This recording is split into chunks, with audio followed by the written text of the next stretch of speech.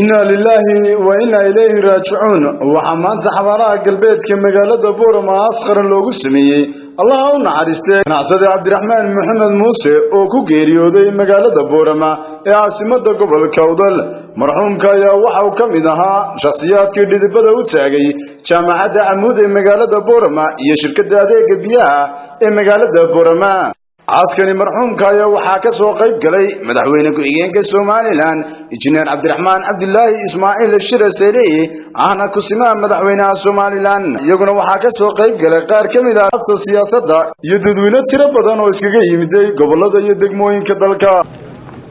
عبدوها قويهان كميدا قويهان هذا سوماليلان كاران قبل أوضل قويهان ربتي dalkii dadka badan ka soo taray waxa inaan weyn badan aan jaalahayn oo shaqeyn dheer muddo 13 sano ah Buhaarantii in degmada Boorama maanta wax tarbiin ka geystay xagga waxbarashooyinka tahay xagga adeegyada bulshada tayba taariikh weyn ku lahaa buha aqoonyahan runtii naga baxay weeyaan ilaahay wax ka barinayna jannadii ka waraabiyo hay naxariisay jannaha siiyo حاج عبد الرحمن محمود آدن وإما كل حاجة كسر نقضي حقي لو كوجي من دبورة إلهي نحرس جنا كورابي لا قال إلهي لو قدم نحرس وهو عبد الرحمن من وحوها الثقب بدن صاحب بدن عبد الرحمن محمود موسى وأها أقويه هنوين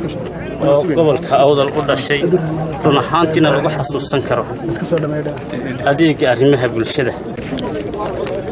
حاج عبد الرحمن محمود الله نحرسه وحوها قيانا وين قبل كا وحبنا كسو قبتي إلهي جندي فردوسها جيو وحوها هالدور كقبل كأوضل بوها قيان وها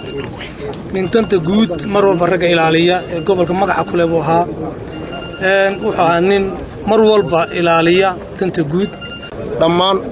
ummadda reer Soomaaliland ama Soomaaliyeedna waxaan leeyahay sabir ma Allah ka siiyo gaar ahaan gobolka Awdal sabir ma Allah ka siiyo nin reer ma ahayn nin qoys ma ahayn wuxuu ahaa nin qaran buu ahaa ilaahay marfuumka عبد الرحمن محمود ilaahay ha u naxariisto ilaahay amalkii fiicnaa oo adduunyada ku shaqeystay ilaahay ka aqbalo ilaahay wixii qadiyaad iyo dunuub galayna ilaahay ka dhaafo ilaahay ehelkii iyo qaraabadii iyo ubadkii uu ka tagayna sabir ma Allah ka siiyo sharmaarke oo kamid aha aqoon-yahanada waaweyn ee gobolka rukunada waaweyn kamid aha